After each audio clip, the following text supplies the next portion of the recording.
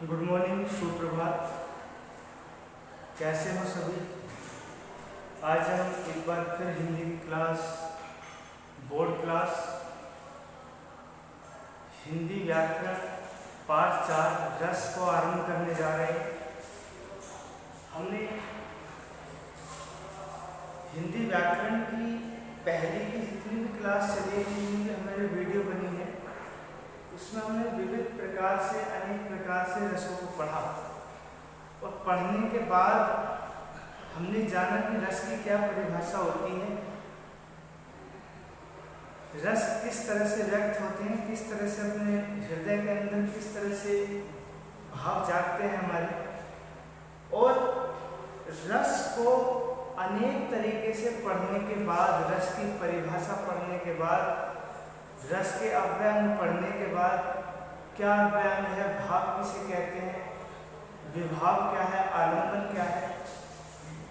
फिर हमने पढ़ा था रस मुख्य कितने प्रकार के होते हैं, वो हमने पढ़ा था कि मुख्य 9 प्रकार के होते हैं, लेकिन भक्ति और वात्सल्य रस भी रसों की श्रेणी में आते हैं। तो बहुत से विद्वान जो हिंदी के प्रसिद्ध विद्वान हैं, कोई 10 रस बताते हैं तो कोई 9 बताते हैं, लेकिन हमने मुख्य मैंने रस के बारे में आपको बताया।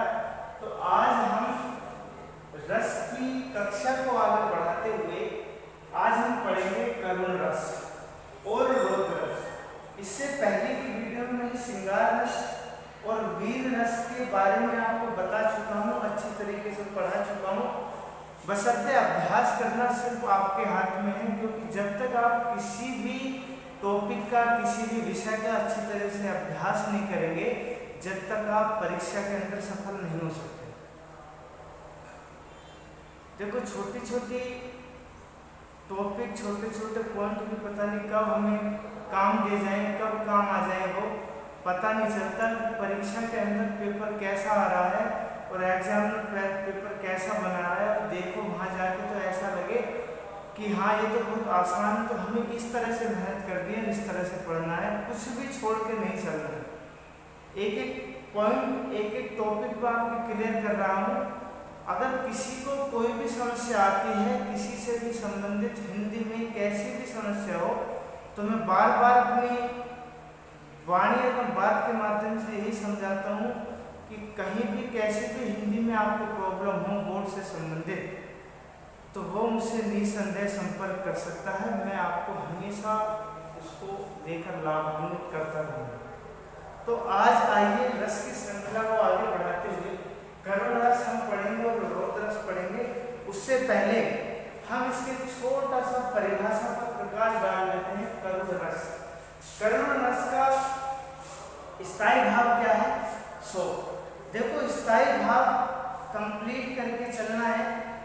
जैसे मैंने श्रृंगार रस का रति स्थायी भाव बताया था, वीर रस का क्या था? वीर रस का उत्साह स्थायी भाव था। इसी तरह से करुण रस का स्थायी भाव है शोक। शोक की परिभाषा पढ़ते हैं, इष्ट की हानि।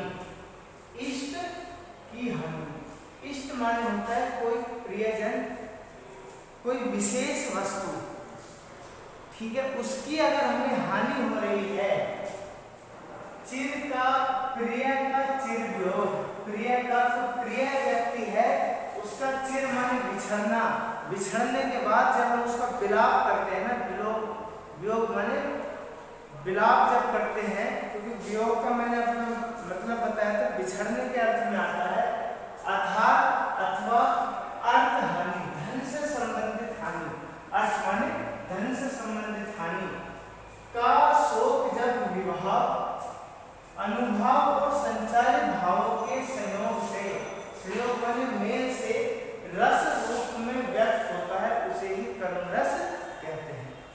कैसे कहेंगे? अगर ये मान लीजिए, करुण माने क्या होता है? करुण माने जब आपको देखा है, आप उदासी आ जाती है, आप परेशान हो जाते हैं, इष्ट की हानि हो जाए, कोई आपका प्रिय व्यक्ति है, कोई प्रिय वस्तु है, अगर वो खो जाए तो आपको खुशी होगी या दुख होगा? आप कल्पना कीजिए, क्योंकि कल्पना की उड़ान जो है बहुत तीव्र गति से होती है और कल्पना जैसे उड़ान कभी भी कोई भर नहीं सकता। कल्पना, अगर हम कल्पना करते हैं ना, तो देखिए जब कोई कवि कल्पना की उड़ान भरता है ना, कल्पना के मोती चुगने के लिए समुद्र में उतरता है, तो पता नहीं अनेक कैसे कैसे मोती को बीन कर लाता है। तो हम कल्पना करेंगे जब कोई हमारी कोई ऐसी वस्तु गुम हो जाए, खो जाए, इष्ट माने परिचित हो या कोई अच्छी वस्तु हो, कोई विशेष वस्तु हो, उसकी हमें हानि हो जाए, तो वहाँ क्या होगा? वहाँ होगा हमें उदासी। हमारे मन में एक भाव जागृत होगा, किसका? उदासी का भाव जागृत होगा। प्रिय का चिरवियोग, प्रिय का बिछड़ना। कोई प्रिय वस्तु है, प्रिय कोई लोग है, कोई पारिवारिक संबंध में इतना मधुर व्यक्ति है, इतना प्रिय व्यक्ति है, जिसको हम भुला नहीं सकते, जिसको हम भूल नहीं सकते, उसको अचानक वो हमसे बिछड़ जाए या कहीं चला जाए, तो हमको खुशी होगी या दुखी होगी? हमको होगी दुखी। अर्थात और अथवा अर्थ हानि, अगर हमारे पैसों की हानि हो जाए। हम धनाढ्य व्यक्ति हैं। कैसे व्यक्ति हैं? धनाढ्य व्यक्ति हैं। सारे घर में ऐशो आराम है, परिवार में सुख शांति है, गाड़ी है, मोटर है, बंगला है, कार है, सब चीज है। अर्थ माने बहुत पैसा है हम पर, और पैसा वो एक बार क्या हो, वो पैसा सारा हम जो है राजा से एकदम क्या बन जाए, रंग बन जाए, भिखारी बन जाए, तो हमें क्या होगा? खुशी होगी या दुख होगा? हमें होगा दुख। अथवा अर्थ हानि, अर्थ का संबंध उसी से ही है। अर्थ माने पैसा। व्यापार का शोक, इन तीनों चीजों का, इष्ट की हानि, प्रिय का चिरवियोग अथवा अर्थ हानि का शोक। शोक माने दुख। जब विभाव, अनुभाव और संचारी भावों के संयोग से, मेल से रस रूप में व्यक्त होता है, तो वहां पर क्या जाती है? वहां पर करुणा जाती है। और वो कौन से रस में? रस में व्यक्त होता है, वो होता है हमारा करुण रस में विभक्त। उसको ही हम क्या कहते हैं? उसको कहते हैं करुण रस। समझ में आया? क्लियर है? अगर किसी को समझ में नहीं आया, नहीं आ रहा है, तो मुझसे निसंदेह बार बार मुझसे पूछ सकता है। मैं एक बार नहीं, 10 बार नहीं, 50 बार, 100 बार भी बताने के लिए हमेशा आपके लिए प्रयासरत हूँ। अब उदाहरण के माध्यम से हम समझेंगे कि अगर परीक्षा के अंदर 4 पंक्ति आ जाए और इसमें आपसे पूछ लिया जाए कि बताइए कौन सा रस इसमें विद्यमान है, तो हम किसके माध्यम से कैसे पहचानेंगे कि इसमें कौन सा रस है? वो पहचानेंगे हम पंक्तियों को बार बार पढ़ के, कि पंक्ति में दुख है, शोक है, घृणा है, करुण है, वीरता का भाव है, श्रृंगार का भाव है, कौन सा रस, कौन सा भाव व्यक्त हो रहा है, और जौन से भी भाव व्यक्त हो रहा है वो उसी रस में वो विद्यमान हो जाएगा। पंक्ति को पढ़ते हैं। हाँ सही ना जाती मुझसे, अब आज भूख की ज्वाला। इस पंक्ति से पहले मैं एक चीज आपको क्लियर कर देना चाहता हूँ। इस पंक्ति के अंदर एक छोटा सा प्रसंग है। प्रसंग को इस तरह से है, थोड़ा ध्यान दीजिएगा। इसमें मैंने ये बताइए, अर्थहानि, एक राजा था, और राजा ऐसा था, बहुत धनाढ्य व्यक्ति था, उस पर धन इतना था, इतना धन था, तो उसके पास किसी भी चीज की कोई कमी नहीं थी। अचानक क्या होता है? उसको अर्थ की हानि हो जाती है, सारा धन जो है उसका डूब जाता है। क्या हो जाता है? वो एकदम कंगाल हो जाता है, बिल्कुल गरीब हो जाता है। तो गरीब होने के बाद ये 4 पंक्ति में उसकी जो है पूरी व्यथा कही गई, किस तरह से उसके मन में भाव जागृत होता है, किस तरह से वो अपना वर्णन कह रहा है, और उसके मन में कैसी है, खुशी की लहर दौड़ रही है या दुखी की लहर दौड़ रही है। जब वो पूरा बेकार हो जाता है, पूरा गरीब हो जाता है, तो उसका परिवार उसके सहारे भूखा मरता है। तो इन 4 पंक्तियों के माध्यम से देखेंगे। हाथ सही ना जाती मुझसे, अब आज भूख की ज्वाला। इसमें उसकी बेटी है, जो व्यक्ति है सेठ था, उसकी बेटी है, और बेटी अपने पिता से कह रही है, हे पिताजी, हाँ सही ना जाती मुझसे, अब आज भूख की ज्वाला। और उसके पास इतने भी पैसे नहीं थे कि वो अपना गुजर बसर कर सके, वो अपना गुजारा कर सके। उसकी एक बेटी थी, उसका परिवार था, वो भूखा मर रहा था। तो उसमें इस पंक्तियों में इसकी बेटी वर्णन कर रही है। किससे कह रही है? जो सेठ था, जो गरीब हो चुका था, बिल्कुल बर्बाद हो चुका था, उससे कह रही है, हे पिताजी हाँ सही ना जाती मुझसे, अब मुझसे सही नहीं जाती है क्या? अब आज भूख की ज्वाला, भूखी बैठी थी, भूख से तड़प रही थी, अपने पिताजी से प्रश्न कर रही थी, अब मुझसे आज भूख की ज्वाला सही नहीं जा रही है। कल से ही प्यास लगी है, हो रहा हृदय मतवाला। पिताजी मुझे भूख तो आज लग रही है, लेकिन प्यास तो मुझे कल से ही लगी थी, उसके लिए मेरा हृदय जो है ना मतवाला हो रहा, मचल रहा है, मुझसे बिल्कुल भी अब सहन नहीं होता। तो उसके मन में क्या थी? वो उदासी थी, उदासी का भाव था, करुणा का भाव था। किसका? करुणा का भाव था, दया का भाव था।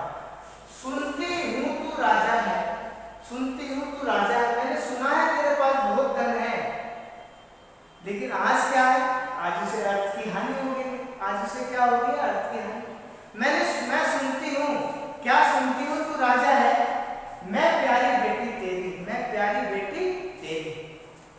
क्या दया ना आती तुझको यह दशा देखकर मेरी? हे राजा, मैंने सुना है तू बहुत बड़ा राजा था। अपने पिताजी से प्रसन्न कर रही है, और प्रसन्न ऐसे कर रही है, करुणा का भाव उसमें जागृत हो रहा है। उसको देखकर हर कोई जो है ना अश्रु की धारा बहा देगा। जिस समय आप कल्पना कीजिए, आपके सामने कोई भूखी बच्ची बैठी हो और आपसे जो है ना तड़प कर वो कह रही हो कि एक रोटी मुझे जो है इतनी तीव्र भूख लगी है, तेज भूख लगी है, कृपया मुझे एक रोटी खिला दीजिए, तो आपके आंख में स्वतः ही करुणा का भाव जाग जाएगा हृदय के लिए। तो इन पंक्तियों में क्या कहा था उस बेटी ने? हाँ सही ना जाती मुझसे, अब आज भूख की ज्वाला, कल से ही प्यास लगी है, हो रहा हृदय मतवाला।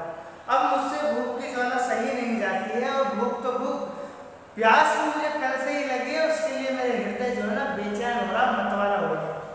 सुनती हूँ तू राजा है, मैंने सुना है, सुनती हूँ, सारी जगह तेरी चर्चा सुनी है, तेरे पास बहुत धन था।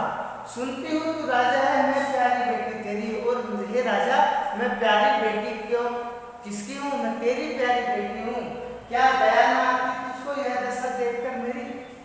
क्या तुझको ये दशा नहीं, दया नहीं आती कि मैं भूखी हूँ, प्यास से तड़प रही हूँ? मैंने सुना है तू बहुत बड़ा राजा था, बहुत बड़ा धन था, और आज तेरे पास इतना भी धन नहीं है, तो मुझे एक समय की रोटी भी मेरे मुंह के अंदर निवाला डाल दे और मेरी प्यास को बुझा दे। तो इसमें कैसा भाव आ रहा है, जागृत हो रहा है? इसमें जो है ना उदासी का भाव जागृत हो रहा है, करुणा का भाव जागृत हो रहा है।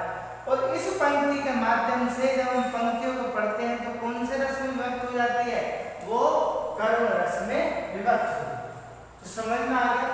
अगर इसका आपसे पूछने लगे कि बताइए इस पंक्तियों के अंदर स्थायी भाव कौन सा है, तो ध्यान दीजिएगा, करुण रस अगर है तो करुण रस का स्थायी भाव हमेशा शोक होता है। तो शोक लिख के आपको परीक्षा के अंदर आना। आश्रय कौन है? आश्रय है भूखी बेटी। क्यों? क्योंकि सबसे पहले उसके पेट जो है उसका वर्णन हो रहा है, भूखी बेटी अपने पिताजी से कह रही है। तो आश्रय कौन हुई? उसकी बेटी। आलंबन कौन हुआ? आलंबन का मतलब क्या होता है? अपनी लाचारी, वो अपनी लाचारी से परेशान है, अपनी भूख प्यास से परेशान। उद्दीपन कौन है? उद्दीपन है पिता का आसरा है, बैठे रहे, उसका कुछ सहारा नहीं था पिता का। और संचारी भाव क्या है? तिरस्कार, सबने उसका तिरस्कार कर दिया था, कोई उसकी सहायता करने के लिए तैयार नहीं था, तत्पर नहीं था। गिलानी भी हो रही है, घृणा भी हो रही है, और रुदन माने रौद्र का भाव भी जागृत हो रहा, रोना भी आ रहा। तो कौन सा भाव जागृत हुआ? उसमें भाव जागृत हुआ करुण का। तो कौन सा रस कहलाया? करुण रस। तो क्लियर है? बढ़ते हैं आगे।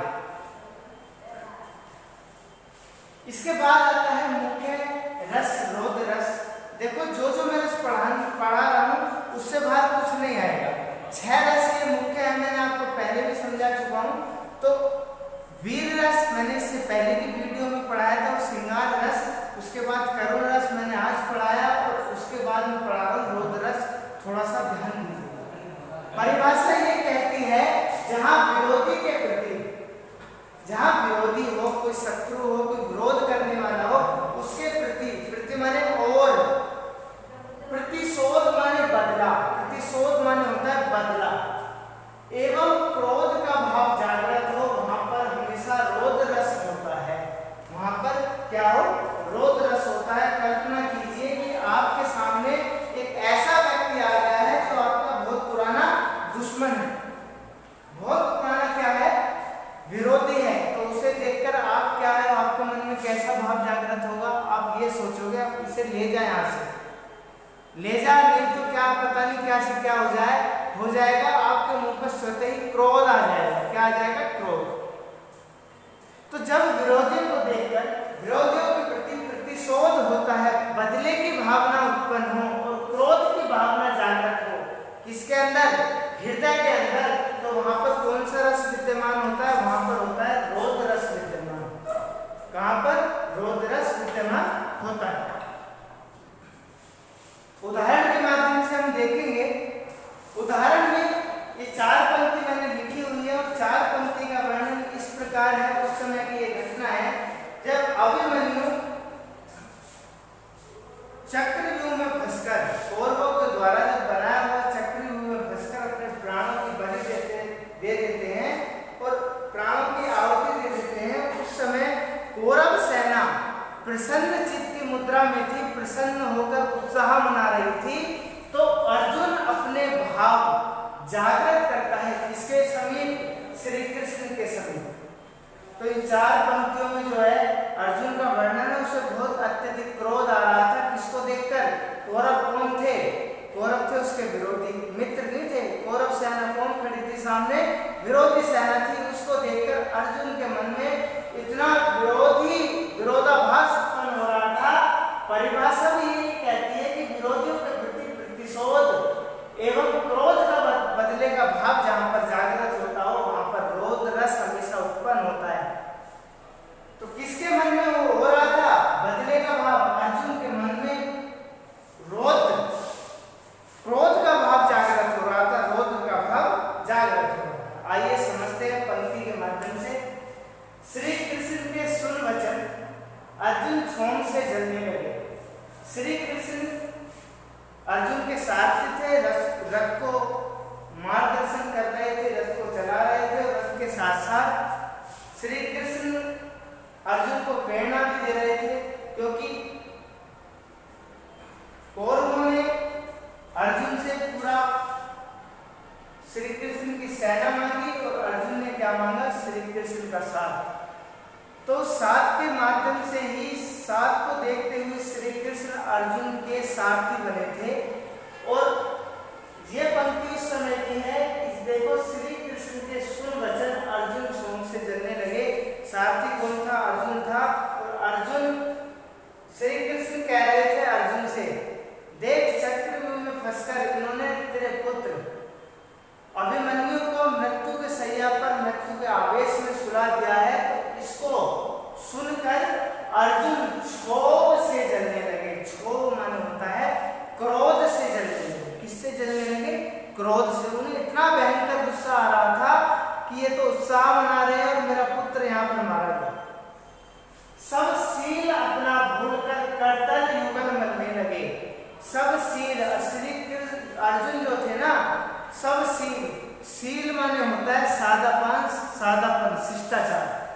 उन्होंने सब अपना शिष्टाचार भूलकर करतल युगल मरने लगे। कर माने क्या होता है? कर माने होते हैं हाथ, और क्या हाथों के माध्यम से और पैरों के माध्यम से। युगल माने क्या होता है? मनुष्य को मरने लगे, उनको क्या करने लगे? उनसे लड़ने लगे। संसार देखे अब हमारे शत्रु रण में व्रत पड़े। श्री कृष्ण कह रहे हैं अब देखो संसार देखेगा श्री कृष्ण। अब मैंने अपना सब कुछ सील जो है ना, जो मैंने अपना सारा जो सील है, सारा शिष्टाचार है, सारा जो सादगी है, सारा जो सादापन है, सारा अपना अच्छा व्यवहार है, सब कुछ मैंने क्या है? भुला दिया है। और सब कुछ भुलाकर अब मैं जो है कौरवों की सेना के अंदर जो मनुष्य जो है ना, जो मेरे विरोधी हैं, जो मेरे यहाँ पर शत्रु हैं, उनको क्या करूँगा? अब उनको मरने लगूंगा। उनसे युद्ध करूंगा, युद्ध ऐसा करूंगा संसार देखे अब हमारे, अब संसार देखेगा। क्या देखेगा? अब सारा संसार देखेगा। अब हमारे शत्रु रण में मृत पड़े। अब संसार सारा ये देखेगा कि अब जो है ना सामने जो कौरव सेना है उनके जो हमारे शत्रु हैं सारे मृत पड़े हुए हैं। करते हुए यह घोषणा वे हो गए उठकर खड़े। उन्होंने ये घोषणा कर दी रणभूमि में, और रणभूमि में खड़े उठकर फिर क्या हो गए? अपना धनुष बाण उठाया और उठाने के बाद करतल युगल मरने लगे और तीरों और बाणों की ऐसे प्रसार करने लगे कि जितनी भी विरोधी सेना थी सबको मृत्यु के शैया पर मृत्यु के आवेश में सुला दी। तो यहाँ पर किसको क्रोध आ रहा था? यहाँ पर आ रहा था श्री कृष्ण, श्री अर्जुन को क्रोध। किसको? अर्जुन को क्रोध। तो जब क्रोध किसके मन में, किसी के मन में जागृत होता है, जब किसी के मन में रौद्र का भाव जागृत होता है तो कौन सा रस होता है वहां पर विद्यमान? वहां पर होता है हमेशा रौद्र रस विद्यमान, जिसका इसका भाव है क्रोध। क्या है? क्रोध। तो अब कोई समस्या किसी को रस से संबंधित?